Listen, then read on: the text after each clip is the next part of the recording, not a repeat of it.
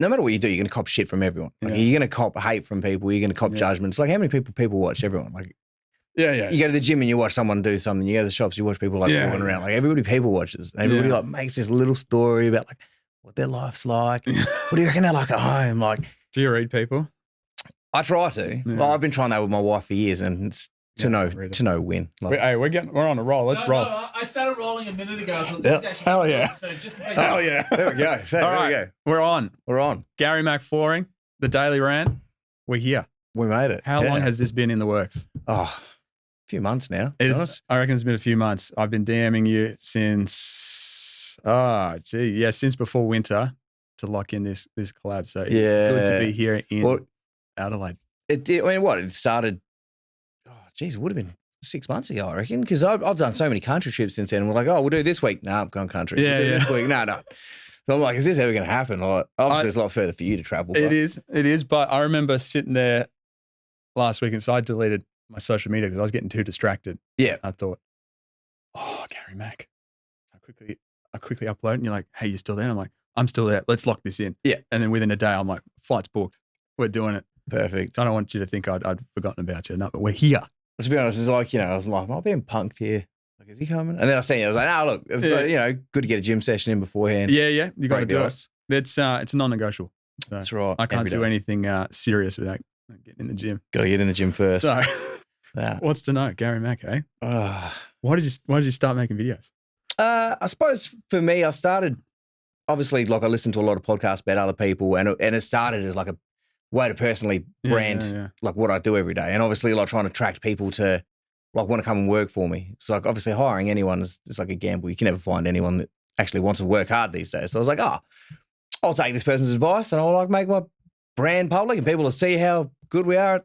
It sucked. It was dreadful. Like the first video just walking around like, hey, look, here's a floor. Feels bad, right? You watch it and you're like, 2 people seen this. Wow, I'm making a difference in the world. This is fantastic. And then I don't know. People watching this couple, and I watched this couple backwards and forwards, and I was like, man, I could talk about this. Like I could shoot something about this. Yeah. And the first video went, I think it was like 600 views. I was like, buzz it. Like, I've made it. Fuck yeah. It's those like little dopamine hits. Gary Mack now, Gary V. Let's go. That's it. And then it just sort of like, I don't know, escalated from there, man. Like it stopped being about like trying to draw people to what I do for a living, more like where do you come short in life? Like if you're a man and you can't handle your shit every day, you're not driven for a specific purpose. Yeah. What are you doing? What are you getting out of bed for? If your relationship's falling apart, you're comfortable letting it crumble. What are you doing? People get used to being in that in the mess. Yeah, it's like what do they call it? Like that organized chaos. It's like an untidy room, right? Yeah. You walk into someone else's house, you fucking live like this? Yeah. Like, they're comfortable with it. They're used to that. They're like, I know that's where that is, and that's where that is. And you're like, they got the same approach to their relationships and career and marriages. It's insane. Like they say, like, look at a man's car, it tells you a lot about his relationship. There's like food wrappers and shit all throughout the car. You're like, you're a messy person in life. Like, how much do you put into your relationship at the end of the day? Like we've all had shitty relationships where you're just like, man, every day is like that mundane. And you're like, there's got to be something more to this. I used to date a girl and someone told me when in the dating life, judge the girl by how she keeps her car.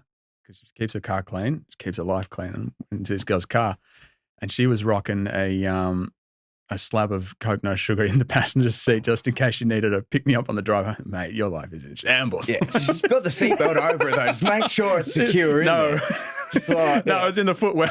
Like if I judged my wife by how she treats her car, like I'd be dead, I reckon. You reckon? Yeah, the amount of like, whoops moments. So like, I'd be dead. Like, don't get me wrong, she loves her car, but there's only so many times you can hit a curb and be like, where'd that come from? Yeah, it was there. Yeah, it's like, that's me though in the relationship. I'm the curb hitter. Did I need to upgrade to like a Hilux or a Raptor? Because that's why I got a big car. Right, yeah. I run over shit all the time, and every time I do, I go, all right, well, I can clearly not be driving a luxury car anytime soon. Yeah, if I had a Raptor, this wouldn't have been a problem. Yeah, rims are expensive nowadays. Like big tires, they just go over shit. Yes, and it's easy to find somewhere to park. There's always like medium strips you can just drive onto them. I do see that when I was at the airport. There's parking for us, and then there's parking for them, and they can park on the footpath. Yeah, like to half up the curb onto a bollard. 10% extra parking for big boys. That's ridiculous. Yeah. My fiance put me onto your videos actually.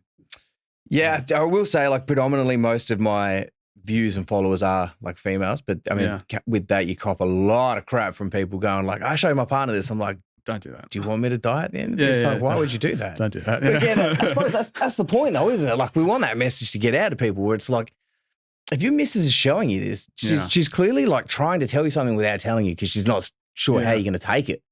So it's like, it's easy to go, hey, look at what this guy said. Yeah.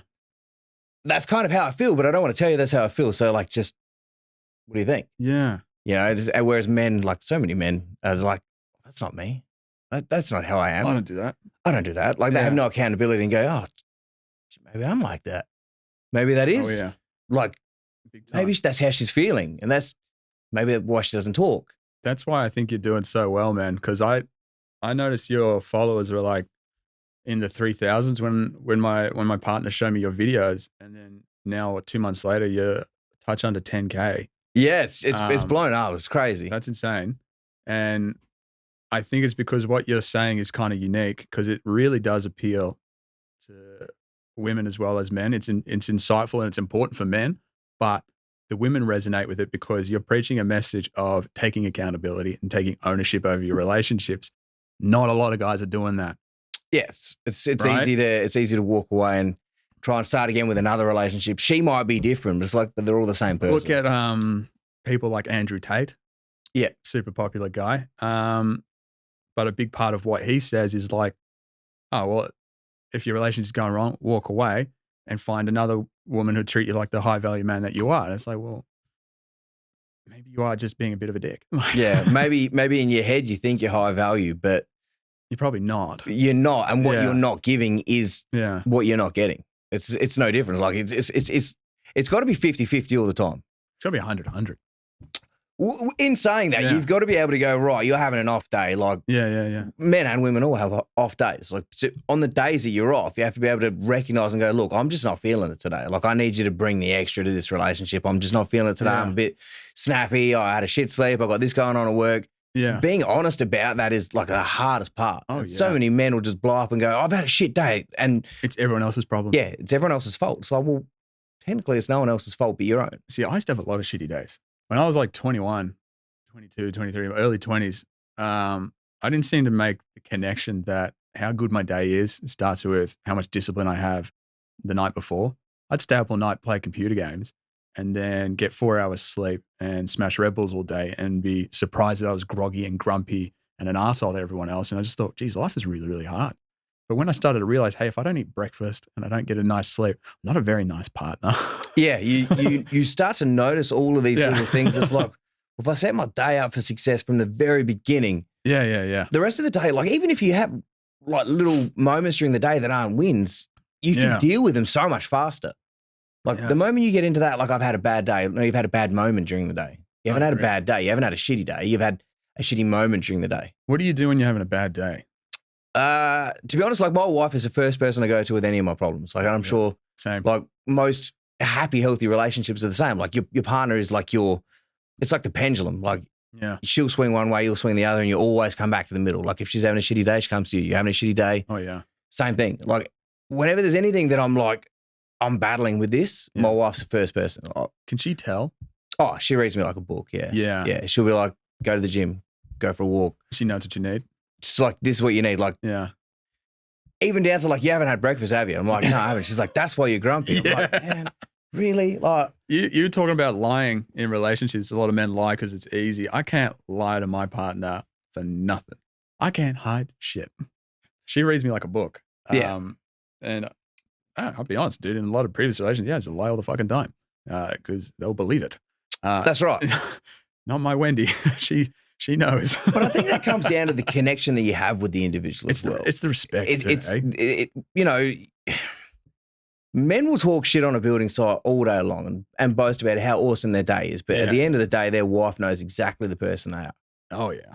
And if you're not in a relationship where your wife can read you, it's not real. It's not real. It's fake. It's like, have you got the cross-loaded numbers? No, I haven't got the cross-loaded numbers. Like, no one knows how to predict that, but women find this amazing way to be able to read who you are. Yeah. And you don't even have to speak. They can just look at you. They know your body language, everything. Yeah. And so many men have that ability to do the same, but they're very arrogant and very pig-headed. It's like a selfish part of the brain. It's like, I could care about you, but I care about me more. Ah. And what I find is like, especially with tradies, like a lot of tradies are like, I'm the breadwinner. Like I hear it all the time on building sites. Like, I'm the breadwinner. I make the fucking money. She should do this. Yeah. And you just go, do you even like your wife? Yeah. Like, do you respect her at all? Like, Yeah. It doesn't make sense. Like, I understand that there's like a cost of living and there's all these other dramas in the world. But at the end of the day, like most households, the woman runs that shit. Like she's the driving force of that house. She's the boss, dude.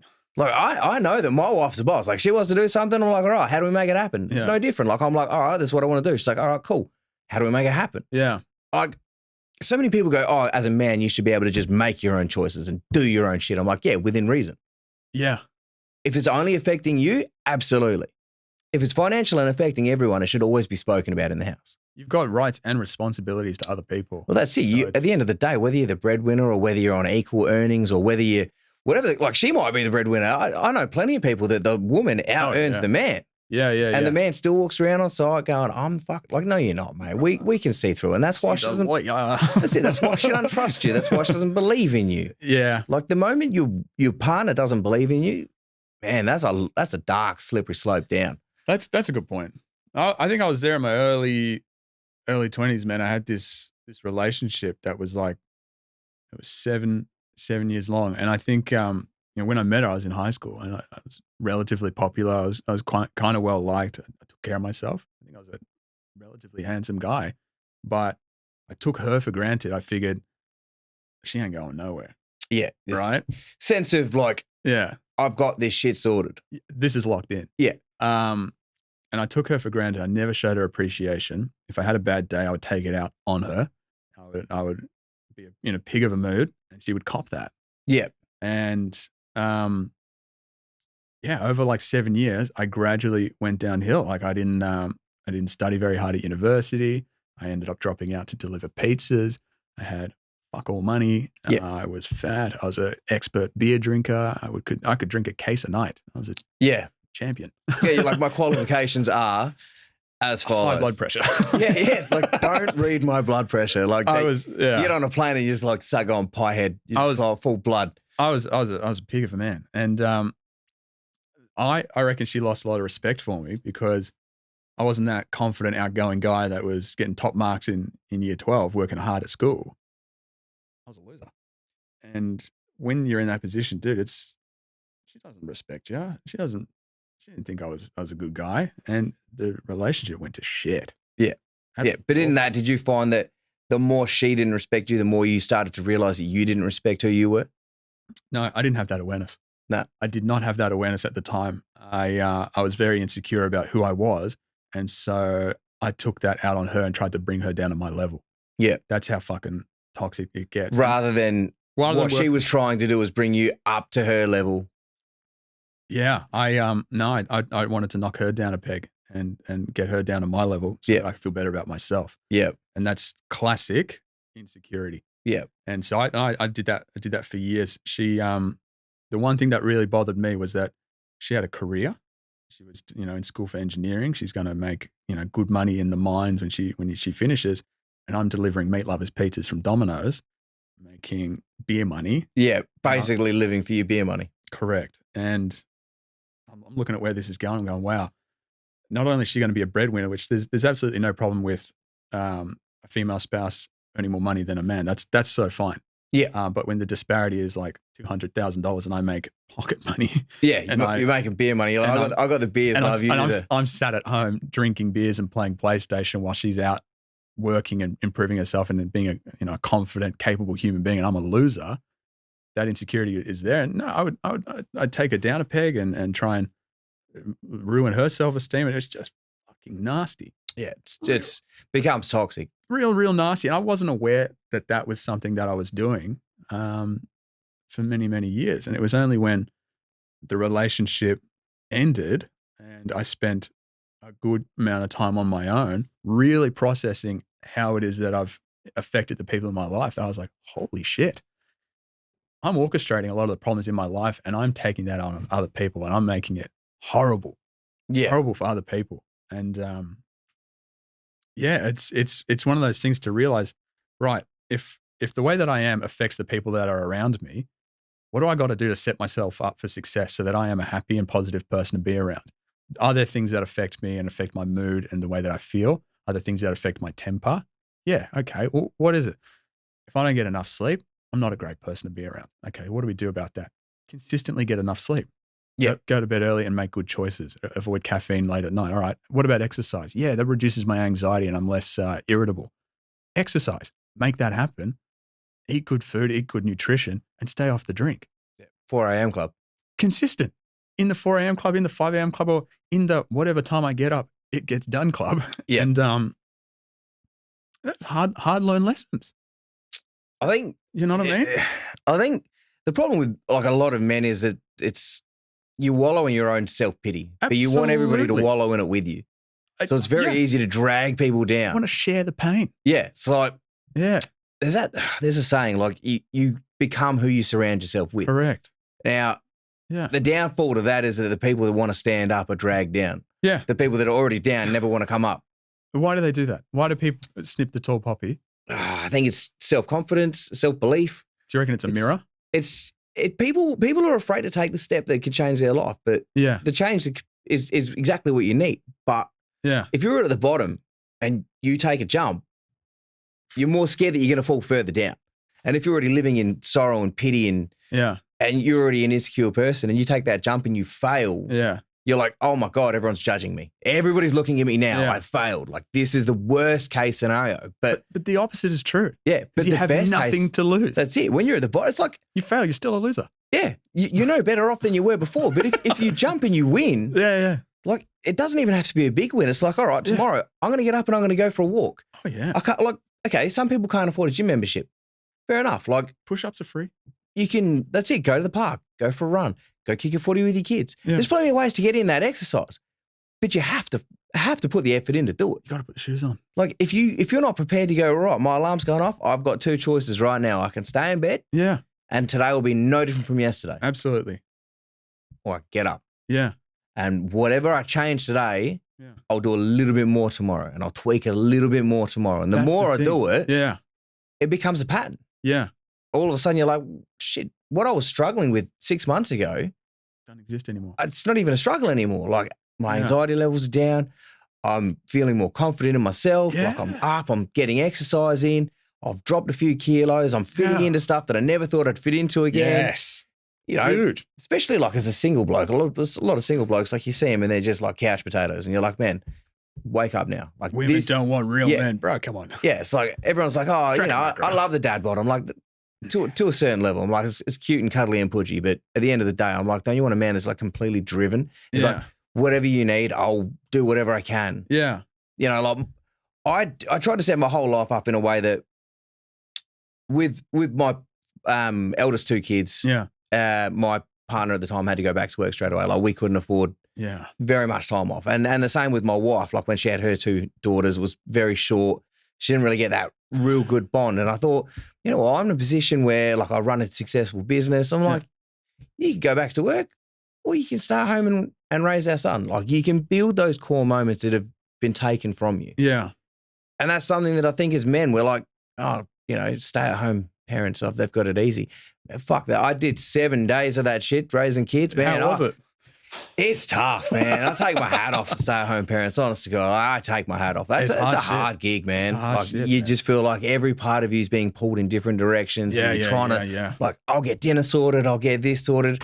Well, it's like, holy shit, it's 3 o'clock. Yeah. Where'd the day go? And you look around and the house is in shambles, and you're like, I've achieved nothing. There's no 9:30 smoko. Yeah, like you're like, I'm trying to eat my lunch. I've got a kid hanging off one leg. I've got dinner burning on the sink. I'm like, my wife just goes, sorted, done, finished. Like, watch me do this shit. And I'm like, man, how? And she's like, I don't know. It's just like in their DNA. And men just don't appreciate that shit the way it needs to be done. Yeah.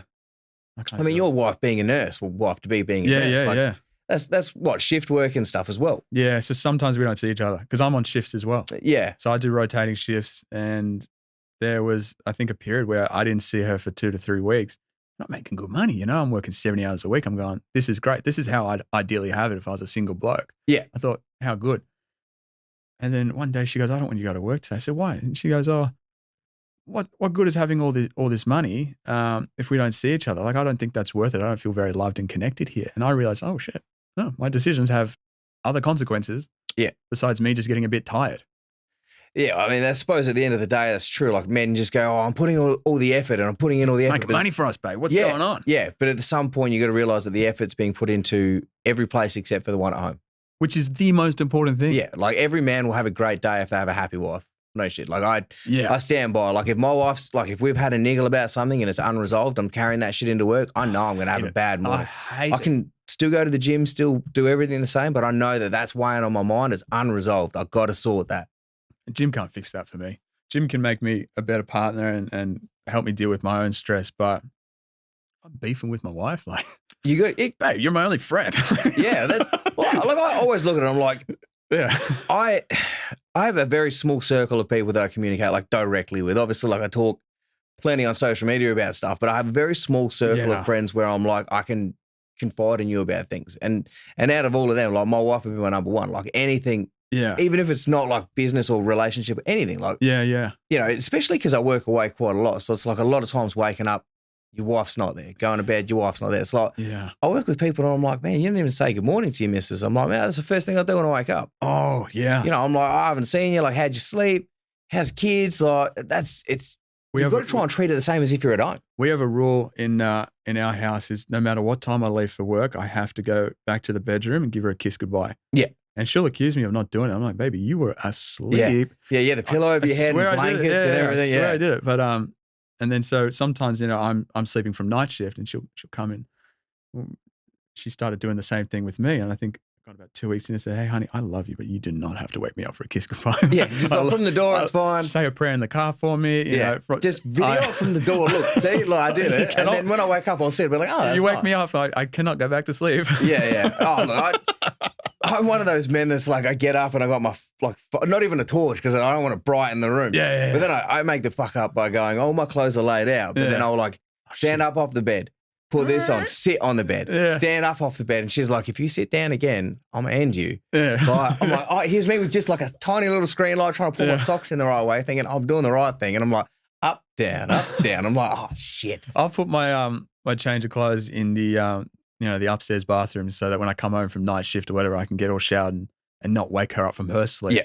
But then she'll have fallen asleep in the spare bedroom. I'm like, oh, shit. You're like, yeah, well, that whole thing just went out the window. That's great. Yeah. I mean, it's difficult though. Yeah. Like it is. Like especially with shift work. Like it is tough. You're trying to like organise your shifts around her shifts, still trying to fit in. Neither of us have control over any of those shifts. That's right. And that's where relationships fall apart. Correct. In a sense of like when the other bits don't connect. In my industry, the divorce rate's super high and a lot of the guys just go, oh, good luck with that marriage, mate. It's not going to last. And it's like, I fucking love my wife though. Like I don't know about you, you guys, the way that you talk about your wives is with such disdain. Yeah, like, but the ball and chain. Like, bro, I want to hang out with her after work. I can miss her. That's the point, and that's where I'm like, how do men get to this mindset where they're like, oh, you got to run and ask your missus, oh, the old ball and chain, oh, good luck with that. I'm like, yeah, I do. Yeah, man, what went wrong in your life to get to this point where you're so negatively geared towards relationships? She's my number one priority.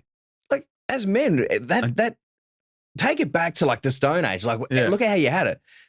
Women collected the food. Yeah. Like, looked after kids. Men went out and hunted and provided for their family. Now, men just like, oh, well, I go to fucking work. It's my choice. If I want to spend $80,000 on a car and we can't afford the mortgage next week, yeah. And I'm like, man, you're in a relationship. This is a team effort. It's like being on a footy field. Like, everybody has their role to play. Yeah, see, I don't believe in his money and her money. No, that's why I got to like. I say we make.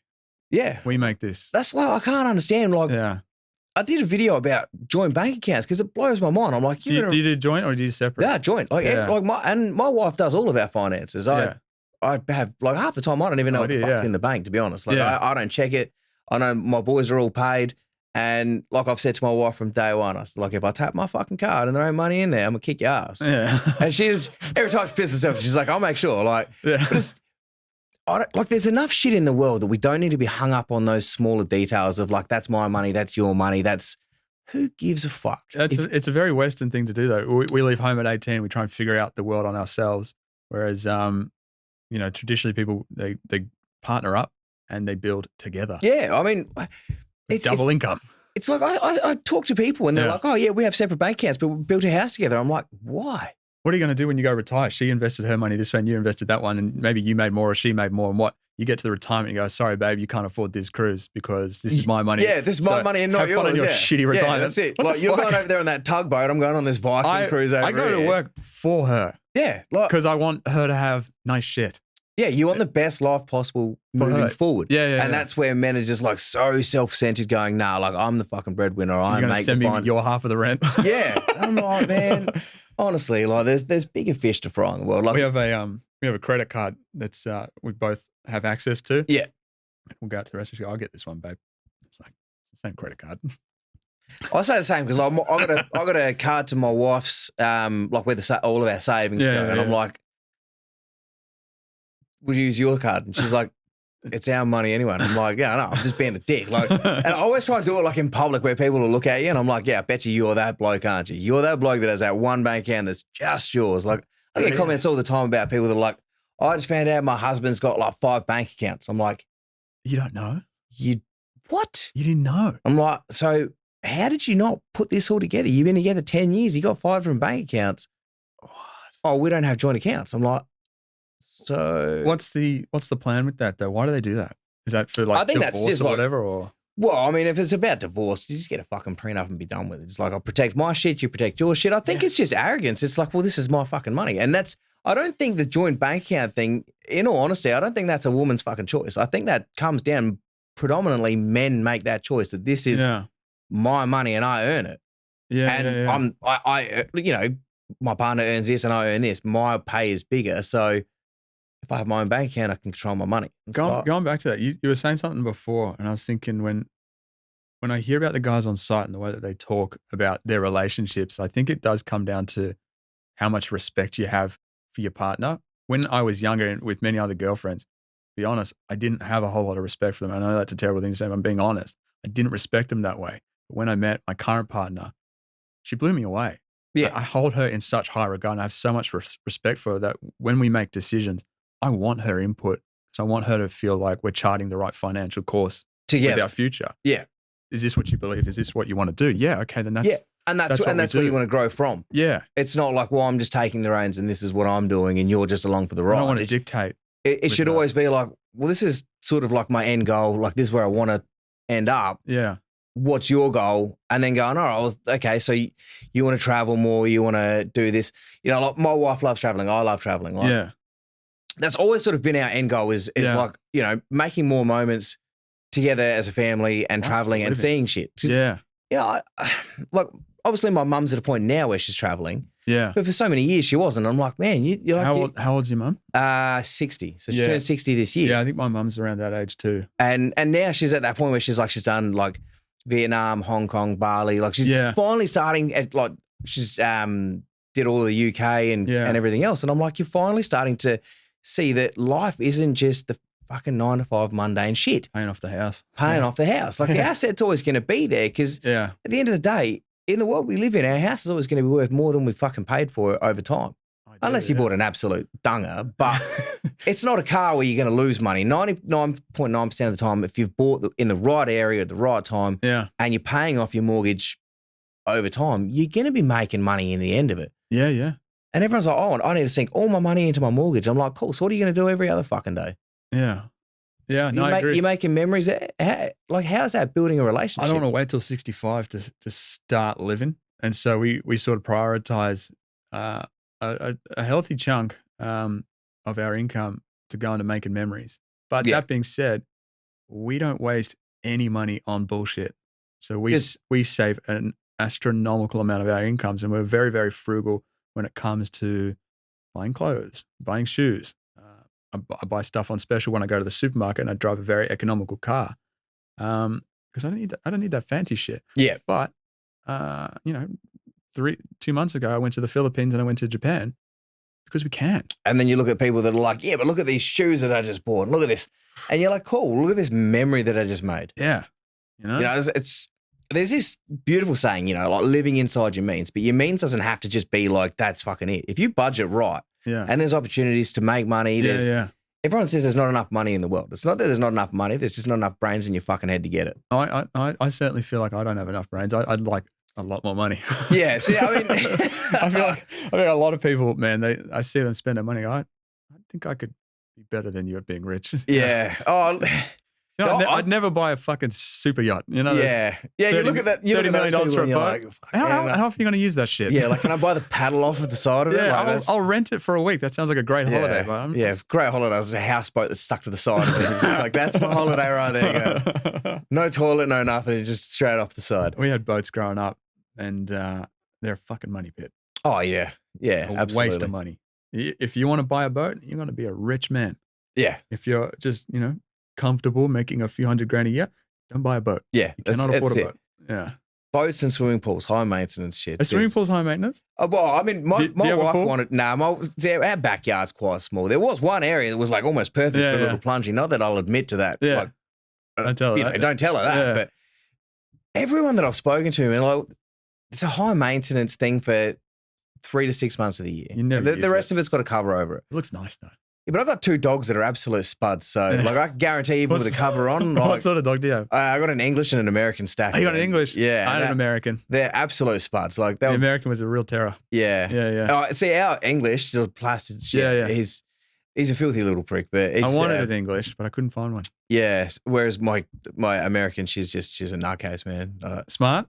To Or to an just extent. arrogant? Just arrogant, yeah. It's Arrogant like boy. if there's something to be chewed or broken, like she's the go-to. Yeah. But We went through 5 of those Dyson fan things. Those stupid fans. the mister that sprays the stuff. No, through them, or it's literally just a fan, like the air purifier thing. It's oh yeah, like $800. It does fucking nothing. But it purifies the air. It's not just Right. It gives away when you do a fart. It kicks into overdrive and starts purifying the thing. So you get caught out every single time you let one rip. Yeah. But we went through 8 of those under warranty because the dog kept pissing on it. Oh. We kept sending it in. Just trying to purify that. Yeah. Yeah, I can see how that works. Yeah, it's like turns into a real mister. I tell you what. I should take them into some of my jobs. Some of the jobs I do, man, you can't even see the floor, let alone breathe in there. I'm like, I just 10 of them strapped to me. That's one of the things my lungs cop a beating. Construction is not fun. Oh, it's not. It's just, but it's one of those industries. Like it tells you a lot about life. Like It does. I have this conversation with my kids quite often. I'm like, what do you want to do when you leave school? Yeah. Oh, I don't know. I'm young. I'm like, yeah, cool. Figure it out. But you've got to Yeah. start thinking about it now. Like my eldest and my eldest stepdaughter are both 13. And I'm like, Yeah. cool. So what do you want to do? Like, you've got to start putting shit in place now. Like they both play sport. Well, sorry, my eldest plays netball and my eldest stepdaughter's like mad on dance. I'm like, cool. So like these are your values that you want in life. Like these are the things that drive you. You love it. You have a passion for it. They're good. Yeah, They train and all that. And Yeah, absolutely. Like, routine. Yeah, I wasn't a sporty guy. yeah, And, so I think I'd be really pushing it in my kids when I have them. yeah. I mean, we're lucky. Like all of our kids, obviously, except for my son, he's a bit little for sports at the minute. That's right, but all of our daughters all play sports Yeah. or do dance. Like my youngest does netball, my eldest does netball, and then my 2 stepdaughters, one does dance and one does basketball, plays district. Wow. So they're all very sports driven. Yeah. But there's not a big market for that unless you're absolutely disciplined. Yeah, I read some guy said it's like when it comes to like a career and what you think, don't follow your passion, follow what you're good at. Because when it comes to athletics, when it comes to arts, when it comes to music, unless you're really young and you're getting like bright green signals like, hey, you're really good at this. maybe don't do it because only the top 0.01% ever make like any money whatsoever doing it. But if you get into like flooring and you're like the top 20% in flooring, which isn't that, it's a lot easier to get than the top 0.01%. Yeah. You're going to be a multi-millionaire. That's like You know what I mean? It's funny because I drove trucks for years. Yeah. And I worked in a sheet metal workshop and I did, a few other things. Like I did steel fixing, construction. Steel fixing's rough. Yeah, it's rough as guts. Like I've dug house foundations and then I got into Fell on the steel. I got a scratch there. yes. I mean, and that's it. Like I sort of try to stay in that trade-based industry as long as possible. And then like a good mate from school was like, oh, do you want to learn how to lay floors? And I sort of looked at him. I'm like, you know what? If you can do it, like I can do it. Like you look like you have a pretty decent life. I'm like, I'm living week to fucking week here. Yeah. And I made the jump. And don't get me wrong, like I lost money from what I was being paid as a truckie to like learn how to do it. So it was a huge gamble. And I'm like the best decision I ever made, like, by far. See, I struggle with decisions like that. Yeah. Because I am too focused on the money. And I've been like that for like 5 years, just trying to make money. And yeah, I've made a lot more money than I used to, but I never made it rich because I was too afraid to eat the humble pie. And make the jump. Right? Because it takes time to get good at something. Yeah. And I'm like, I don't want to eat shit. I just want to do 60 hours a week on a job site and you're in the same place. Yeah. Every day, in and out. Loser. I think it's just a comfort thing. Like when you've got your life set around something that you know that is achievable in that parameter, it's very easy to get comfortable with it. Yeah. You know, it's like, I know I need to earn this much and it takes me this long to get to work, and 9 times out of 10 I'm done by this time. Yeah. It becomes comfortable. It's routine. And and unfortunately your brain and your body thrive off routine. When you throw it into chaos and there's shit that's unexpected, like your adrenaline goes, everything starts to change because your body's like, how do I deal with this shift? Yeah. Like I'm trying to deal with all these different learning new skills. Yeah. And there's a certain time in your life where you lose that ability to learn new shit. That's right. And that's where like I took that jump and it was a huge risk. And I'm like, how old were you? My eldest is 13, so I would have been 12 years ago. So what's that? 28. So my age. Yeah. It's not too late. That's like and that was the turning point. I went, you know what? Like, what am I going to do for the rest of my life? Just drive a fucking truck? Like 12 hours a day? That's going to rot your brain, dude. Yeah, I'm like, I can't stand traffic at the best of times, and I'm doing this 12 hours a day. 50-plus-year-old truckie, the number one expert on all the conspiracy theories, because it's flat out 12-hour shifts of YouTube. And now they live off of dash cams. So I could have earned fucking good money just off doing dash cams. Like, Australia's worst drivers. Here's a dash cam. Perfect. Like, I don't even have to drive. You hear the smokers cough in the background. Yeah, the stubbies and the thongs and man. But I mean, again, like it was the best decision I made. At the time, it was terrifying. Yeah, and it was like, and I spoke to my partner at the time, and I'm like, this is what I want to fucking do. Did you have it back? And she was like, but you don't know how to do it. I'm like, I know. I'm having a crack.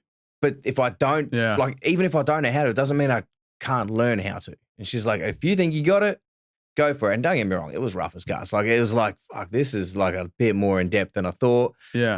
I had a sports injury. The day I resigned from my truck driving job, I played basketball that night and broke my knee, did my ACL. You're kidding. That same day. And I didn't know that. Yeah. Yeah. And I had to literally eat shit. I rang my boss and I was like, dude, I can't even do my 2 weeks notice. And he was like, oh, bullshit.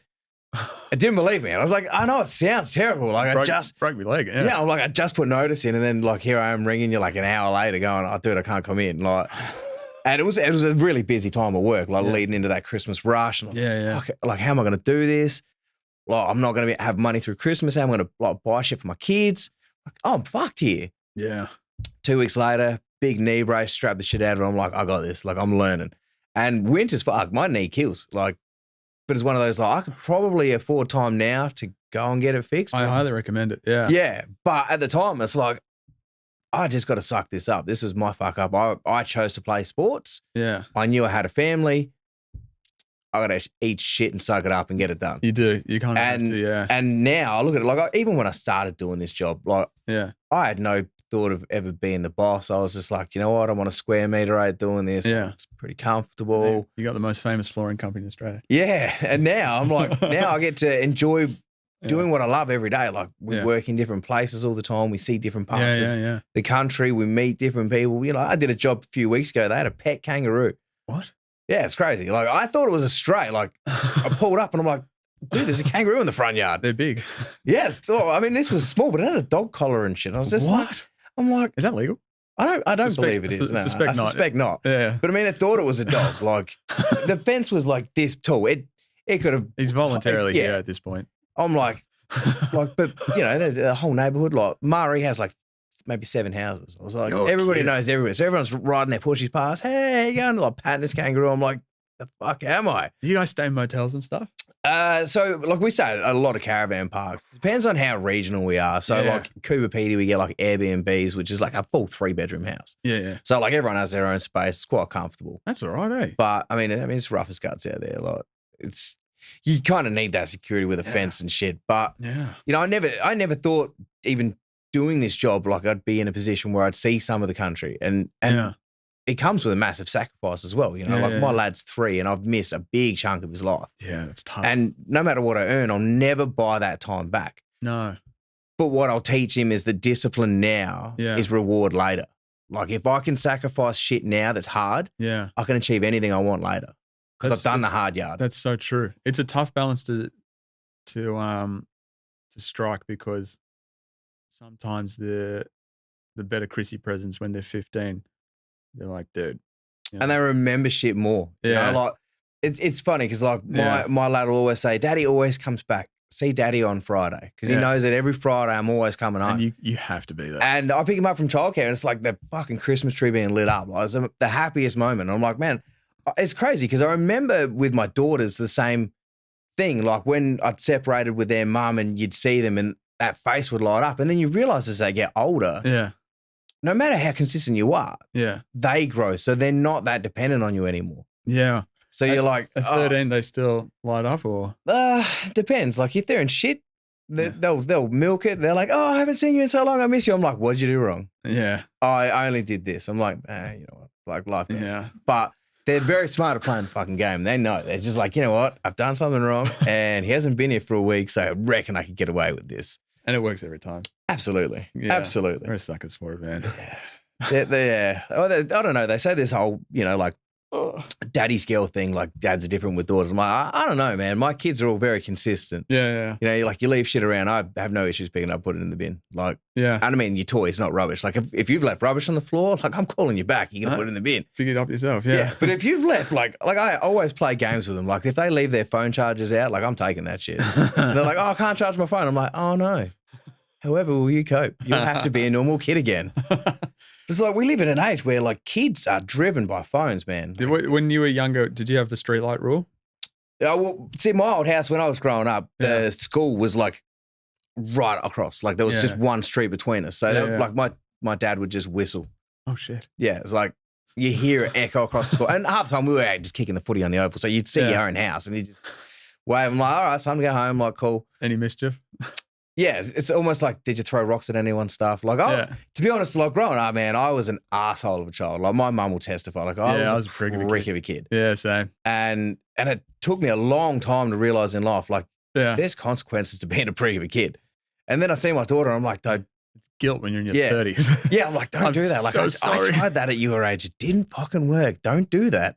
And then they do it. I'm like, I told you. I think they invented the scam. Yeah, I'm like, we tried this. Been doing this since the 80s. And it's funny because my mum used to say the same shit to me at that age. Like, I tried this, it doesn't work, and you try it anyway. And now I'm at the point where I'm like, I just thought my parents were just morons. Yeah, I had no idea. Like, you have no idea. I can get away with this. And then you don't. And they're like, see, I told you. You're like, shit. I was very lucky, yeah. Yeah, I mean, like, as for, like, my kids' childhood, like, tenfold better. Like, I always, you know, we came from a very cheap family. Like, my dad didn't pay child support. He should have. You know, I remember my mates cutting their logos off their fucking Adidas pants and shit. And I used to stitch them to clothes that my nana made because we didn't have fucking money. Like, my mum worked 6-7 days a week trying to just keep a roof over our head. Do you buy into that sort of stuff now as an adult? Like, you into it? Because a lot of guys I know that grew up without it, for them it's a really big thing to have Nike gear and Adidas gear. And yeah, look, I'm definitely someone that like I've probably got one of the biggest fucking hat collections in Adelaide. Like, I don't know if it's because I'm fucking bald or it's just an addiction. Yeah, I just love hats, shoes, and fucking watches. Like that's my three vices. But it's not like I'm out like putting my house against it. I'm like, if I've worked fucking hard and we've budgeted and there's money aside, I'm like, I really like that. So I'll go and like, it's like a little treat. But half the time, like, I love this thing called the I love you gift. Yeah, what is that? So it's a great thing in relationships, and I find it works probably better for men than women because men, you know, we don't need shit.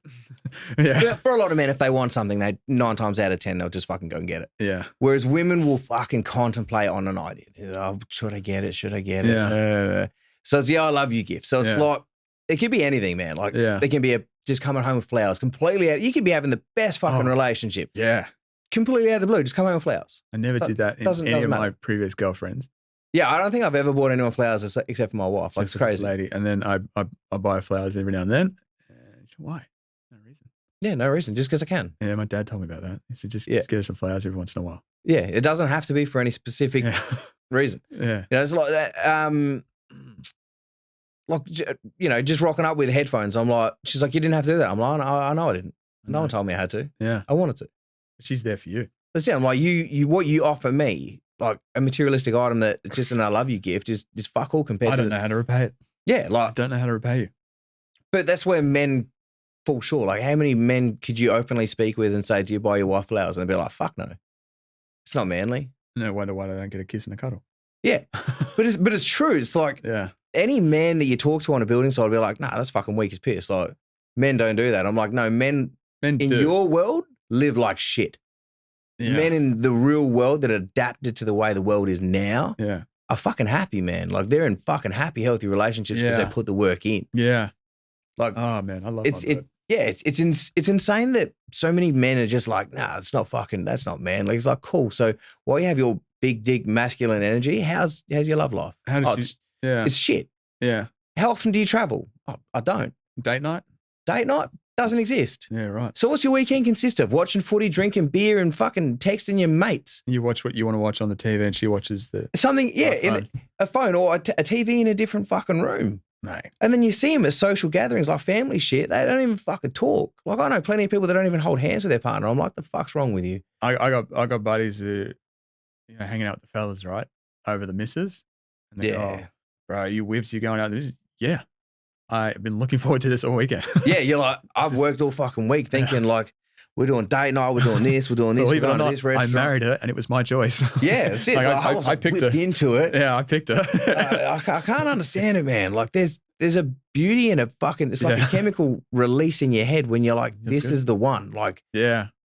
And as men, they're like, oh, that's not masculine. It's like, yeah, but half the time your wife's probably more masculine than you are, mate. Yes. She has to level up because you won't level up. She can't be an effeminate because she is mothering you and she's got to step up and take charge. That's it. Like, you don't make her feel at ease and comfortable. How many women do you hear make that same joke? Like, I have, say they got 2 kids. They'll go, I have 3 kids because I got to wipe his ass all the time anyway. That's crap. And I'm like, dude, what the fuck's wrong with you? Like, where's... I was fully domesticated before I met her. I was cooking my own meal preps, making my own laundry, this, that. And she was like, wow, it's good to see. I never met a fella do that, but she can do it so much better than me. Absolutely. And she goes, you're working flat out. I want to help you out and give you some time back. Yeah. And now we can spend quality time together. And it's like, it's all about that. And that's so appreciate that's that 50-50 on the days where you can't get those things done. She's going, well, I'll bring the extra. Like, I'll put it in. When she's doing her night shift and, she's exhausted because she can't cop the night shifts the way that I can. I can just do them. It's no problem. I'll make her lunches. I'll cook the meals.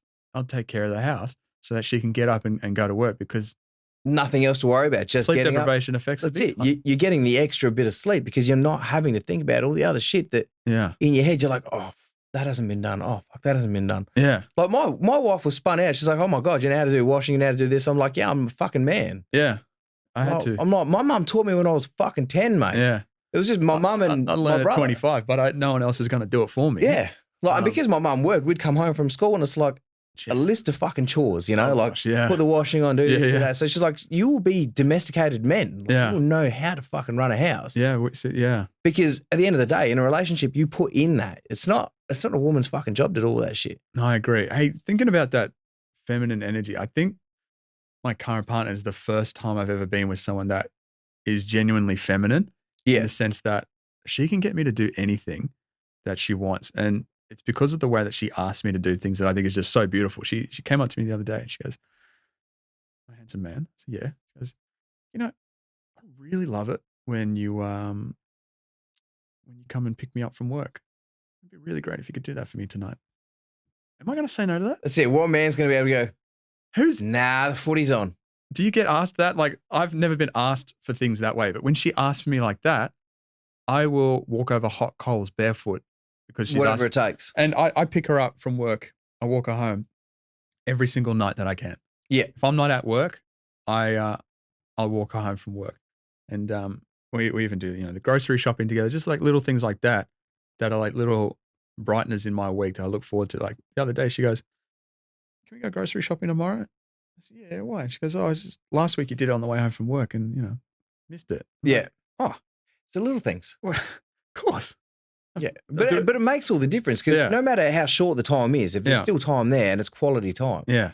It could be 5 minutes quality time. It could be 50 minutes of shit time. Yeah. And that's where men just go, oh, yeah, we're in the same room. Cool. You're on your phone. You're fucking doing that. No one's actually, like, that's shit time. No one's actually engaged in that. But when my ex-partner would ask me to do something, she'd go, "Oh, can you fill up my bottle of water?" No, do it yourself. Yeah, why can't you do it? Why don't you do it? I just sat down. Yeah. Mate, I'll make her a cup of tea or a charcuterie board. What do you want? It's like, what do you want? It's like, get the chef apron out. Like, she goes, get back, stand behind me. I got this. I really love it when you make me a cup of tea when I get home from work. Do it all the time. Yeah. Easy.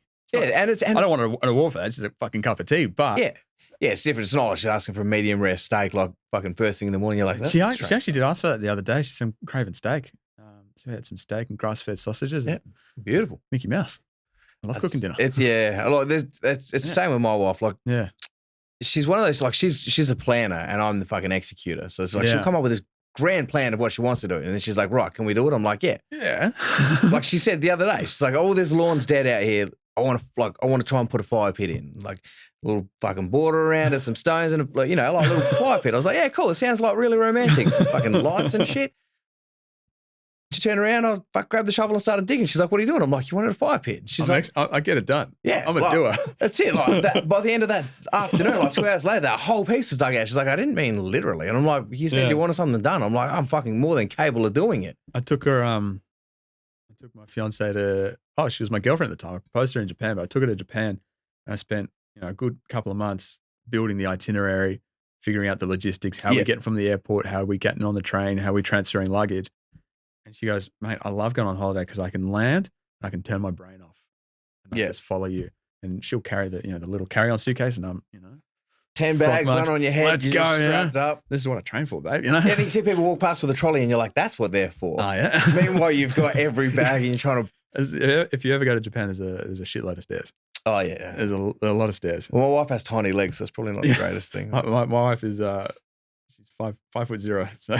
Yeah, I think my wife would be pretty close to that. Yeah, I mean, my mum's short, so naturally I'm not blessed with height. But I'm not the tallest bloke in the world, but next to her, I feel massive. But it's amazing. Like, it's amazing you bring that up because like my wife sent me the same thing yesterday. So had to pick the kids up from school, take one to dance, and then she wanted to swing past the shop.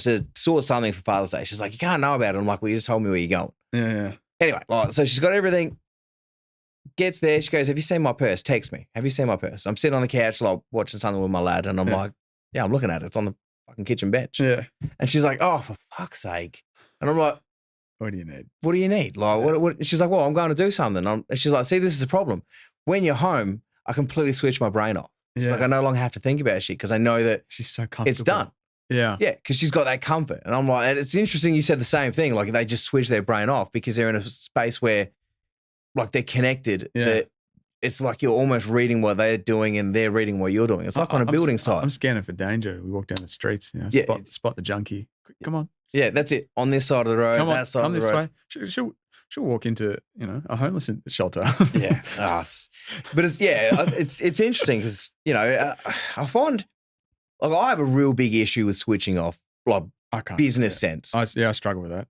Because running a business, like you've got to make sure that there's X amount of work being done each week, cover this, cover that. So I find it very difficult to switch away from all of those things that I need to do to make bank every week. And then once I've reached that fucking target, it's like, all right, cool, I can ease up a little bit. Yeah. But it's very hard to just switch off boss mode where it's like people ring you. You struggle to fall asleep?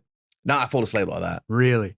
Yeah, in seconds. My wife hates it. She's like, I fucking wish I could fall asleep like you. My fiance can read my mind. She can tell when I'm she calls it your brain's pinging. She can feel it. Yeah. She's like your brain is bouncing around because when the noise of the day and the chaos and the go is gone and I've got no stimulus taking my attention, I sit in bed and now it's quiet and all of a sudden everything comes back. Everything comes in. I'm sitting there doing. She's like, what are you thinking about? Like, which one? There's like a million. There's a million and one things I'm thinking about. Yeah. I always have this same thing because my wife says the same. Like, I wish I could fall asleep. Even the guys when we work away, I'm like, I'm going to bed. 2 seconds later, I'm out. Yeah, and I always have this brain thing of like, because I leave it on the table. Yeah. Anything that bothers me, anything that's going on in the day, if I haven't addressed it by the end of the day when I'm ready for bed, it's not big enough to take to bed. Yeah, I try to do that. Try to wind down and not start anything before bed. Like sometimes I'll start doing something, at 8:30 or 9 o'clock, and mate, I've just put myself back into work mode. Yeah, after watching Netflix for 2 hours. Yeah, Well, that's Tell you what, though, I used to sleep like an absolute baby when I spent 12 hours a day on the tools. Oh yeah, So yeah, that's it. You're exhausted. Yeah. Now that I'm operating machinery, it's a different story. Yeah, completely different. Sitting down, but I mean, even that, like the brain's still going all day long. It's not like there's ever a low point where you're like, all right, cool, I can switch off for a bit. Yeah, like even when we go overseas on holidays, like you still work in your mind. I would love to be at a point where I could just not reconnect my phone when I went over there and paid for the fucking data and shit. You're a boss. But at the same time, like the way I run my business, because it's government based, there's a government portal, everything's got to go onto it, and there's only one person can have access. That's you. And that's me. So no matter where I am in the world, I have to be able to be reachable. And that's a contract that I signed into that 24/7, I have to be able to answer my phone. Like we're on call 24/7, no matter what it is. Yeah. So, like, I love that when we go over there, like, I quite often, like, I'll send an email out, like, I'm going overseas, unless it's like an actual fucking emergency. Yeah.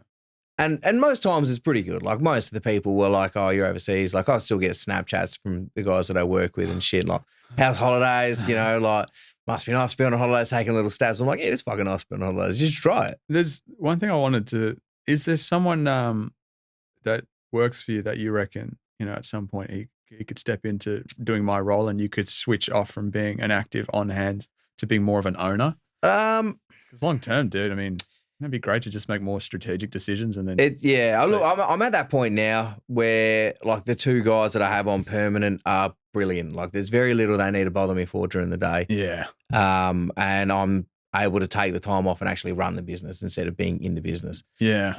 I think probably more for me is when we do the away trips because they're quite big packages of work. You got to be there.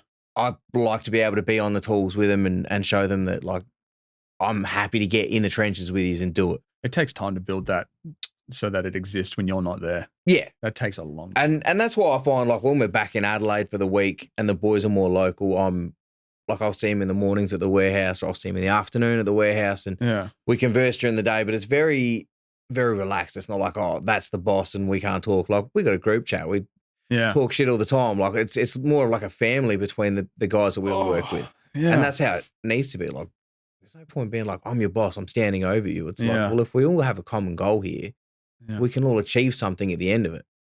That's tough, man. It's tricky, like I want all the boys to have a great life, but at the same time, I can't give them that. Only they can get it. You got to work. That's it. You got to work for it. I had to fucking work my ass off to get to where I am. And then, bless my wife for putting up with me and giving me a kick up the ass in the right direction, going like, you got more in the tank. You got this. Like, don't doubt your own beliefs here. My fiance is my number one cheerleader. Yeah, that's right. And number one support. And how many relationships can you say are like that though? Really? It's rare. It's rare. But I think I've been really lucky to have a lot of girls like that, but I didn't have the awareness that it was like that, to appreciate it. Yeah. I took it for granted. And now that I've got a really, really good egg, it's mate, I cherish her. Yeah.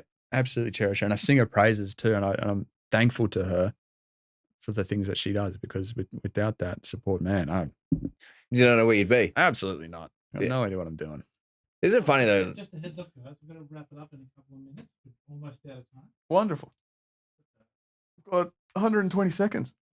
Almost there. That flew by quick, eh? Yeah, I didn't think that was going to go by as quick as it did, to be honest. I thought an hour was ambitious. I'm glad we booked the hour. Yeah, well. Instead of 30 minutes. 30 minutes, yeah, it's crazy. Like you were coming to a natural conclusion. I thought, ooh, this is the spot. You were actually winding it up. So now you just want to find a nice way to out it and maybe a take-home message. All right.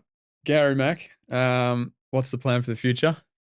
To be honest, I don't really have massive plans, to be honest. Like, I'm not one of those people that like, I need to achieve this. Like, I want to take on every day. Yeah. I feel you got to have goals. Don't get me wrong. Like, we're looking at buying an investment property now. Yeah. Family holidays with the kids, all those sort of things. It's not like the business is going in the direction that we want it to go in. Yeah. So there's no point trying to force the hand that's already guiding well. It's more about... What about the content, man? What about... the content? Hey, man, content's always... Yeah, the content's always going to be there. Look, this is going to be one of many podcasts. I'm sure I'm going to drag you into plenty of these. Yeah. I suppose for me, like, obviously the content's amazing. The people that reach out and support everything that goes up is fantastic. Obviously, you get the haters, but lots of work with that. what's the world without haters? Let's be honest. Man, You know, never you got done to better have than you. you got to have the people underneath you so that you realize where you've made it to. Amen. But how about yourself? What's the future look like? I will keep pumping out content. I don't have a niche yet. I just make things that I like and things that make me happy. And if you like me and those things, then you'll like my content, and it'll find its feet. But consistently showing up. Consistency is key. I love it. It's good fun. Gary Mack. Oh my gosh. Thank you for putting me on the show. Oh, good. Thank First one you. in the studio. Yeah, buddy. Beautiful.